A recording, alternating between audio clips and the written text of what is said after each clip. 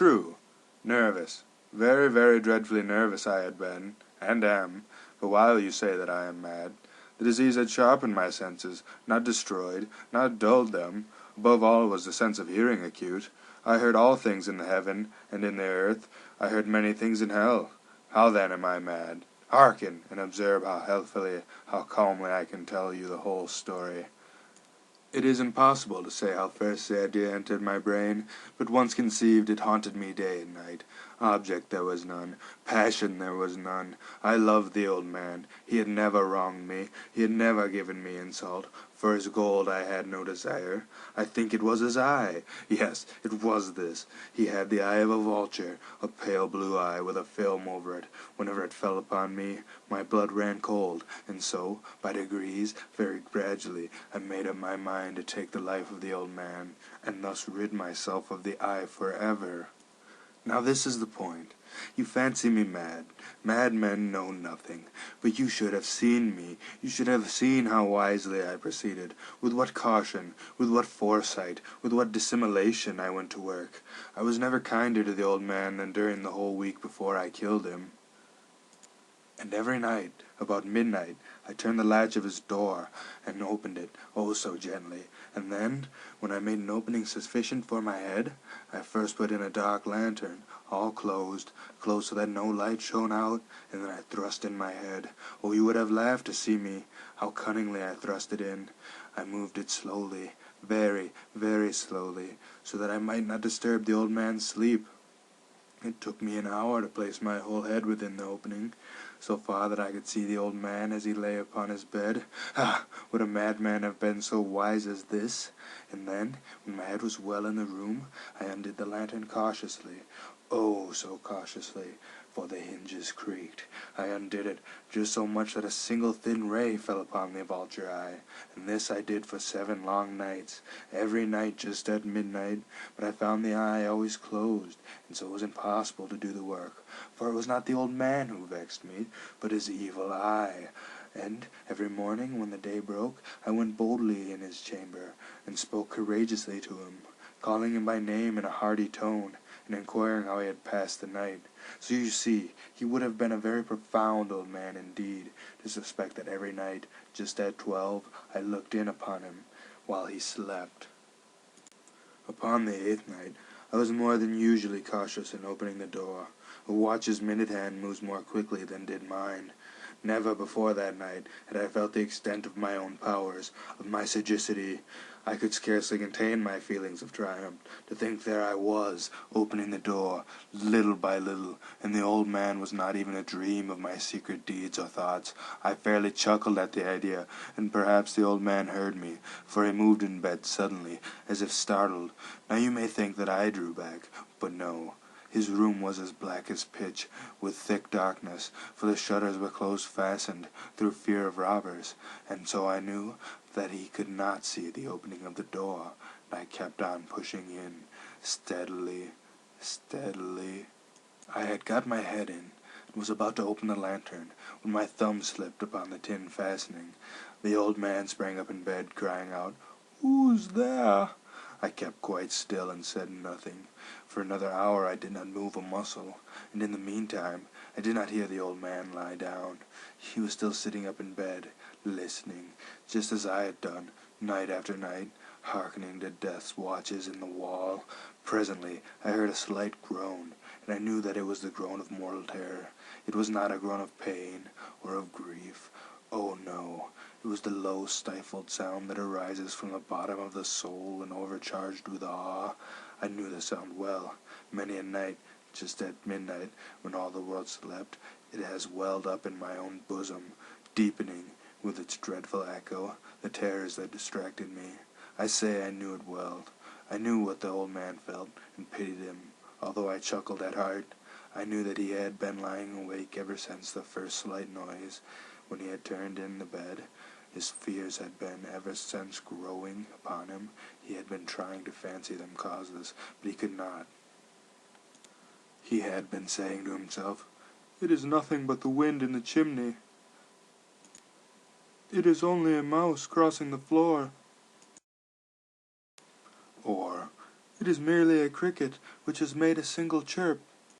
Yes, he had been trying to comfort himself with these suppositions, but he had found all in vain, because death, in approaching the old man, had stalked with his black shadow before him, and the shadow had now reached and enveloped the victim, and it was the mournful influence of the unperceived shadow that caused him to feel, although he never saw nor heard me, to feel the presence of my head within the room. When I had waited a long time, very patiently, without hearing the old man lie down, I resolved to open a very, very little crevice in the lantern. So I opened it. You cannot imagine how stealthily, until, at length, a single dim ray, like the thread of a spider, shot out from the crevice and fell full upon the vulture eye. It was open. Wide open, and I grew furious as I gazed upon it. I saw it with perfect distinctness, all a dull blue, with a hideous veil over it that chilled the very marrow in my bones, but I could see nothing else of the old man's face or person, for I had directed the ray, as if by instinct, precisely upon the damned spot. And now, have I not told you that what you mistake for madness is but over-acuteness of the senses? Now I say, there came to my ears a low, dull, quick sound, much such a sound as a watch makes when enveloped in cotton. I knew that sound well, too. It was the beating of the old man's heart. It increased my fury, as the beating of a drum stimulates the soldier into courage. But even yet I refrained and kept still. I scarcely breathed. I held the lantern motionless. I tried how steadily I could maintain the ray upon the eye. Meantime the hellish tattoo of the heart increased. It grew quicker and louder every instant. The old man's terror must have been extreme. It grew louder, I say, louder every moment. Do you mock me well? I have told you that I am nervous. So I am. And now at the dead hour of night, and amid the dreadful silence of that old house, so strange a noise as this excited me to uncontrollable wrath, yet for some minutes longer I refrained, and kept still. But the beating grew louder. I thought the heart must burst, and now a new anxiety seized me. The sound would be heard by the neighbors. The old man's hour had come. With a loud yell, I threw open the lantern and leapt into the room. He shrieked once, only once. In an instant, I dragged him to the floor and pulled the heavy bed over him. I then sat upon the bed and smiled gaily to find the deed so far done, but for many minutes the heart beat on with a muffled sound. This, however, did not vex me. It would not be heard through the walls. At length it ceased. The old man was dead. I removed the bed and examined the corpse. Yes, he was stone dead. I placed my hand upon the heart and held it there many minutes. There was no pulsation. The old man was stone dead. His eye would trouble me no more. If still you think me mad, you will think so no longer when I describe the wise precautions I took for the concealment of the body. The night waned, and I worked hastily, but in silence. First of all, I dismembered the corpse. I cut off the head, and the arms, and the legs. I then took up 3 planks from the flooring of the chamber, and deposited all between the scantlings. I then replaced the board so cleverly, so cunningly, that no human eye, not even his, could have detected anything wrong. There was nothing to wash out, no stain of any kind, no blood spot whatever. I had been too wary for that. A tub had caught all. Ha ha! When I had made an end of all these labors, it was 4 o'clock, still dark as midnight. As the bell sounded the hour, there came a knocking at the street door. I went down to open it with a light heart, for what had I now to fear? There entered 3 men, who introduced themselves, with perfect suavity, as officers of the police. A shriek had been heard by a neighbor during the night. Suspicion of foul play had been aroused. Information had been lodged at the police office, and they, the officers, had been deputed to search the premises. I smiled, for what had I to fear? I bade the gentleman welcome. The shriek, I said, was my own in a dream. The old man, I mentioned, was absent in the country. I took my visitors all over the house. I bade them search well. I led them at length to his chamber. I showed them his treasures, secure, undisturbed. In the enthusiasm of my confidence, I brought chairs into the room, and desired them here to rest for their fatigues, while I, myself, in the wild audacity of my perfect triumph, placed my own seat upon the very spot beneath which reposed the corpse of the victim. The officers were satisfied. My manner had convinced them. I was singularly at ease. They sat, and, while I chatted cheerily, they chatted of familiar things. But ere long, I felt myself getting pale and wished them gone. My head ached, and I fancied a ringing in my ears, but still they sat and chatted. The ringing became more distinct.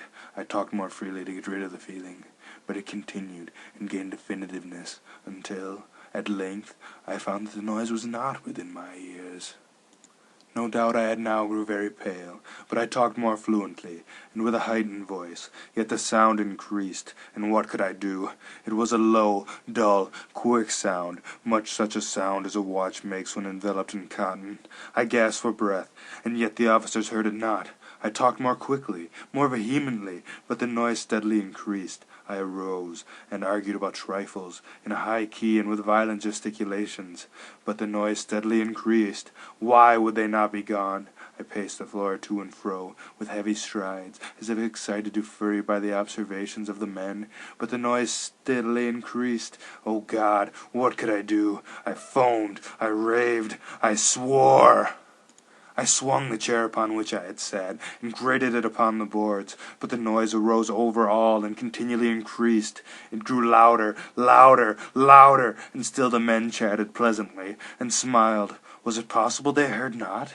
Almighty God! No, no! They heard, they suspected, they knew, they were making a mockery of my horror, and this I thought, and this I think, but anything better than this agony, anything was more tolerable than this derision. I could bear those hypocritical smiles no longer. I felt that I must scream or die, and now, again, hark! Louder, louder, louder, louder!